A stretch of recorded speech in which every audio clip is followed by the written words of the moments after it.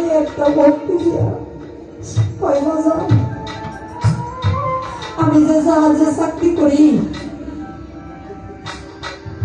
আমার বহুদিনের ইচ্ছা আপনার চরণ করে যদি আমি একটু আশ্রয় পাইতাম তাহলে ধন্য হইতাম। আপনি মুরিদ করে আপনার চরণ আমাকে গোলামকে একটু আশ্রয় দেন। আমার খাজা বাবার কাছে মুরিদ হইয়া কয়েকটা দিন ওই দরবারের মধ্যে থেকে চাকরির মেয়াদ শেষ হয়ে আসছে, চাকরি স্থলে চলে যেতে হবে।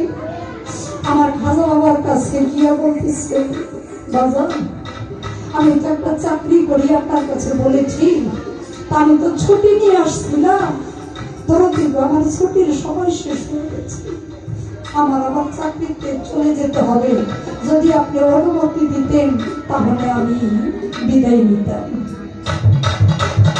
যাওয়ার সময় আমার খাজা বাবাই ডাক দিয়ে কয়, বাজান মাত্র কয়েকটা দিন হলে তুই আমার কাছে আসছিস, এখান থেকে তো কতজনে কত কিছু নিয়ে যায়, কিন্তু তোরা তো কোনো কিছু দিতে পারলাম না বাবা। তবে একটা কথা বলি, যদি কোনো কঠিন বিপদে পড়িস তখন তোর মুর্শিদকে একবার স্মরণ করিস।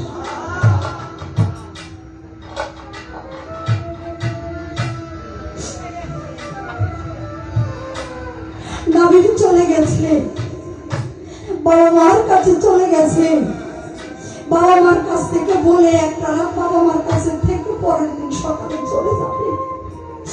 বাবা মায় ডাক দিয়ে বলতেছে, বাবা রে বলছিলাম এবার আসলে তোরে বিয়ে করাবো, একটা মেয়েও আমরা দেখে রাখছি, তুই যদি অনুমতি দেস তাহলে কাজ কর্ম সেরে দিতে চাই।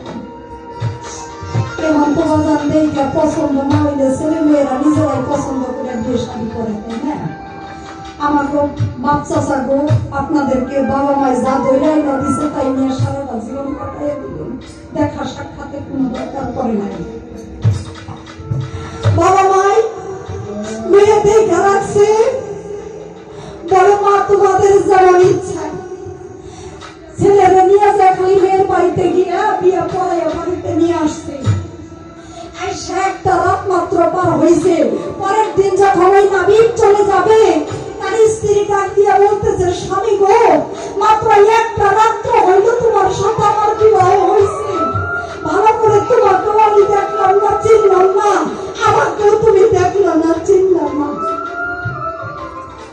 নাবিক ডাক দিয়ে বলতেছে, তাহলে কি করতে হবে?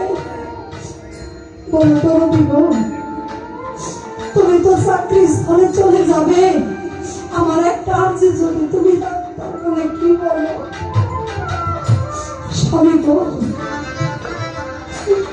তোমার সঙ্গে কে কাশিকে একটু নেওয়া যায় না? নাবির ডাক দিয়ে বলছে, বিবি গো আমি ওই জাহাজের মধ্যে মানুষ পারাপার করি, ওইটা তো কোনো বাড়ি ঘর না, আমি তোমাকে কোথায় নিয়ে রাখবো? তুমি একটা মহিলা মানুষ। মা গো আমার মায়ের দেখতে বলবো, দুইজন ব্যক্তি যদি সমানে গুরু ভজন না করে, দুইটা মন যদি এক না হয় তাদের গুরু ভজন শব্দ হয় না। ডাক দিয়ে বলছে, স্বামী গো তুমি যে জাহাজের মধ্যে মানুষ পারাপার করা, ওইখানে প্রতিদিন কতগুলি যাত্রী ধরে? বলছে 1000 বা 2000 মানুষ যাত্রী ধরে। বলে তুমি দিব এই দাসীর সঙ্গে করে নিয়ে আপনার চরণের পাশে একটু আশ্রয় দিন, ওই যাত্রীরা যেভাবে পারাপার হয় ওইভাবে আমি আপনার চরণের পাশে থেকে আমি আপনার চরণ সেবা করে আমি দাসের জীবনটাকে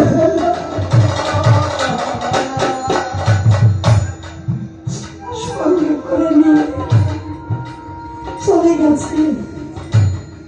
গিয়া প্রথম তিনি জাহাজের মধ্যে মানুষ ভরে জাহাজটা ছেড়ে দিয়েছে। যখন সমুদ্রের মাঝামাঝি জাহাজটা চলে গেছে বাবা, হঠাৎ করে লক্ষ্য করে চেয়ে দেখে কালবৈশাখী ঝড়ে এমন ভাবে ওই জাহাজটাকে কবজা করে ফেলেছে। ওই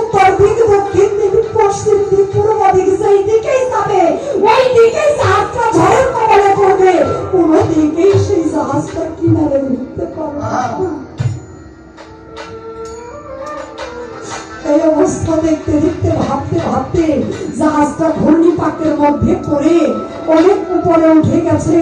এমন সময় হঠাৎ করে মনে পড়ে গেছে আমার মুর্শিদ আমাকে বলেছিল, যদি কোনো কঠিন বিপদের মধ্যে পড়িস তাহলে তোর খাজা বাবাকে স্মরণ রাখি, তাহলে তোর মদির চাঁদের স্মরণ করিস, তার নবীর চাঁদ জ্বালাই চাই মফিজ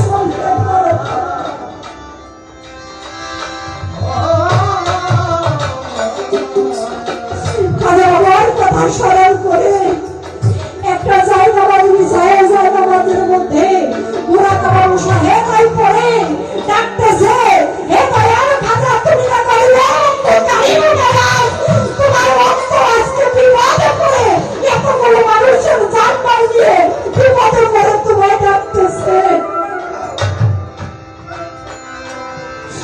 আজি বড় নিতা দেখো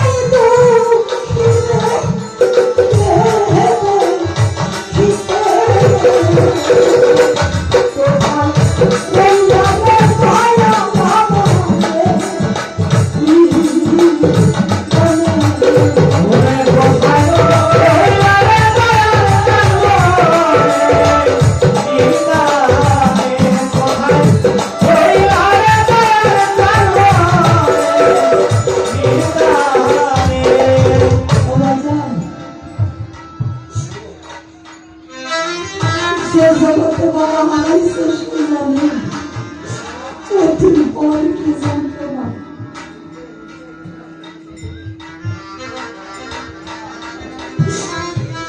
যার বাবা আছে সন্তানে বাবা করে ডাক দেয়,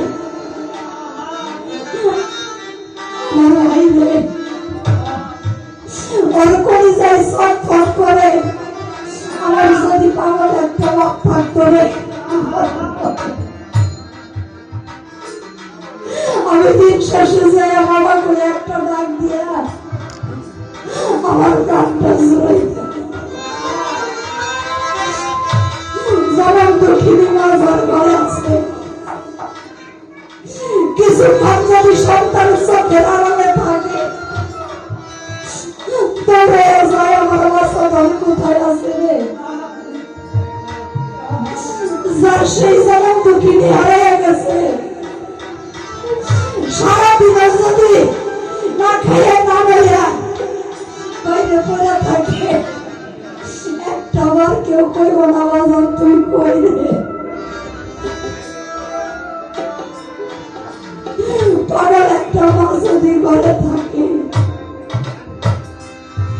অন্তত সারাদিন শেষে আইসা মাকে মা কয়ে ডাক দিয়ে কলিজাটাকে ঠান্ডা করা যায়।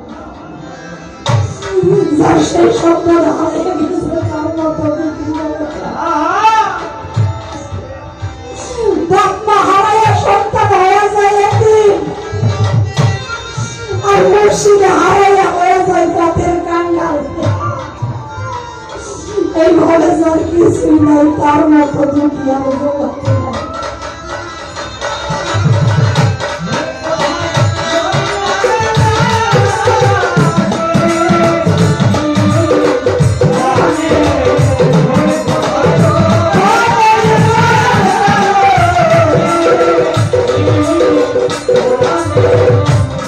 যেদিন হইতে তোমায় রে দয়াল সমা আমার মা আশা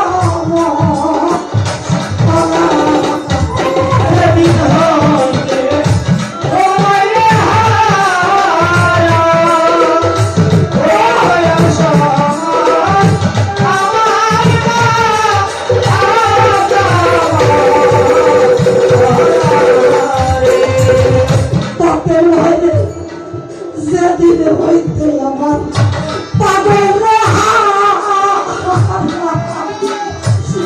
হবে সমা আমার আশা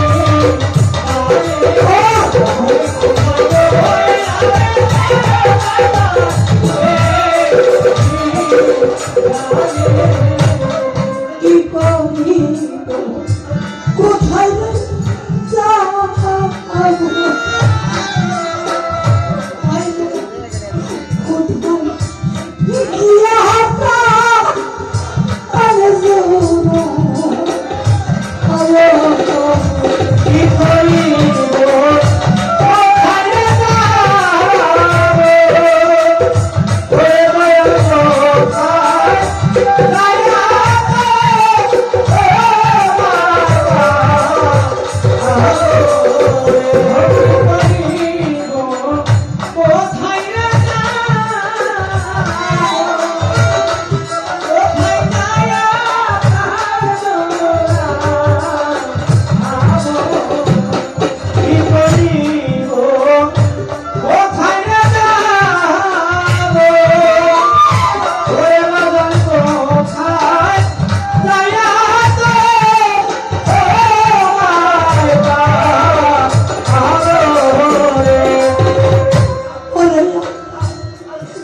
হাল যাবে কে কোহরে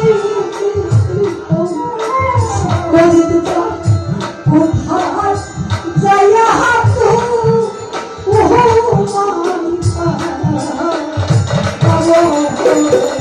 তোমার হাতু হইলা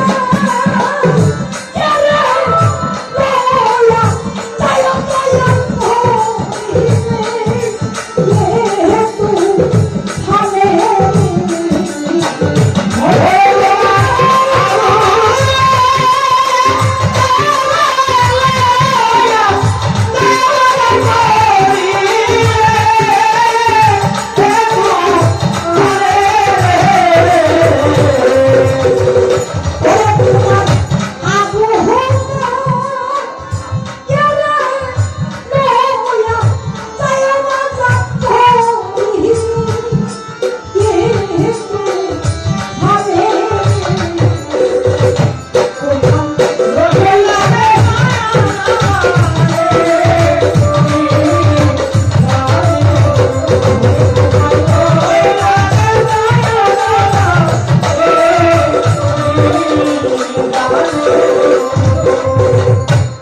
নামাজের মধ্যে সেজদায় পড়ে যখন কাঁদতেছিল হঠাৎ করে তার স্ত্রী গিয়ে নবীনের স্ত্রী গিয়ে ডাক দিছে স্বামী গো তুমি মাথা উত্তোলন করো ওই সাথেই তার নিজের যে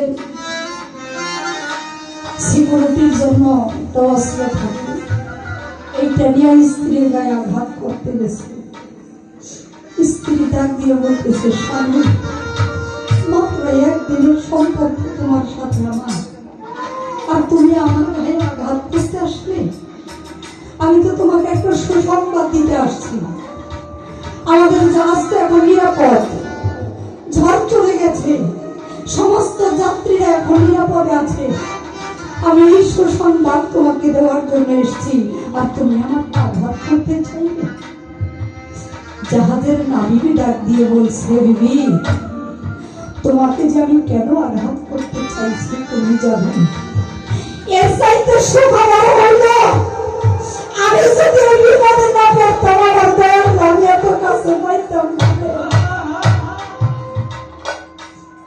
আমি আমার মুর্শিদকে নিয়ে প্রেম সাগরে নদী খেলতেছিলাম এমন সময় তুমি যখন আমাকে ডাক দিছ আমি আমার ধ্যানে বলতে আমার মুর্শিদকে হারিয়ে ফেলেছি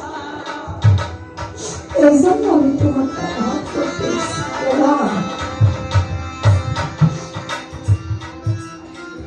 মাঝি ছাড়া নৌকা যেমন মুর্শিদ ছাড়া মুর্শিদ যদি না থাকে তার দেহ থেকে কোনো ভরসা থাকে না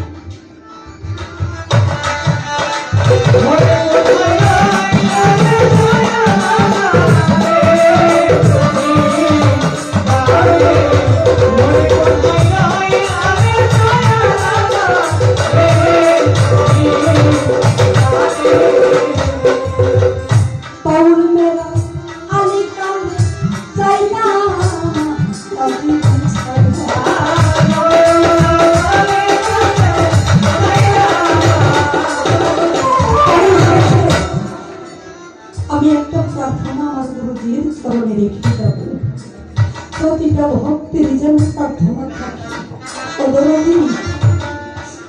তুমি ধৈর্য তুমি পাইব আশ্রয় শুনতে দিও তুমি জানলে খুশি তেমনি আঘাত করিল কোনো দুঃখ নাই কিন্তু আশ্রয়কে যেই দেহটা তোমার চরণ অর্পণ করেছি এই দেহের থেকে আশ্রয়ের হাতে প্রাণ পাখিটা তুমি নিতে দিও না পচা গলা দেহ হইলেও এইটা তো তোমারই ওদিন যেদিন এই ভগবানীরা সঙ্গ করে চলে যাব রে ওরে শহীদ আমার সঙ্গে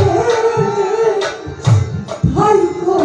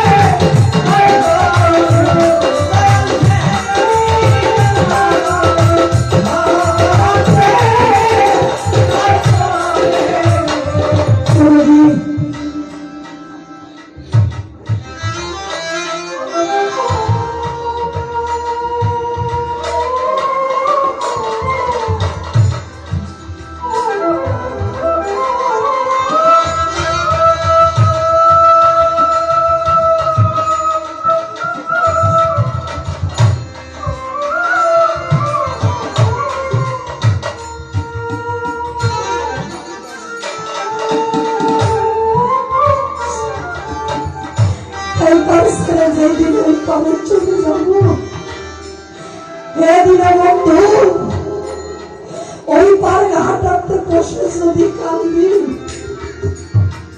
সেই দিন তুমি আমায় ফেলে যাও না, আমায় সঙ্গে করে দিও। তুমি নিজেই আজরাইল হয়ে এই প্রাণ পাখি বাহির করে নিও। আজরাইলকে তুমি শুনতে